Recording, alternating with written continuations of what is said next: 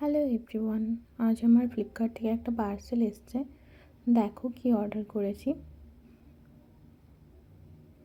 অনেক দিন থেকে নেবো নেবো ভাবছিলাম, অর্ডারটা করেই ফেললাম শেষমেশ। বেলা ভিটার পারফিউমগুলো, যেগুলো মিনি মিনি যে বটলগুলো আসে, ওই পারফিউমগুলো, এই দুটো আমি অর্ডার করেছিলাম।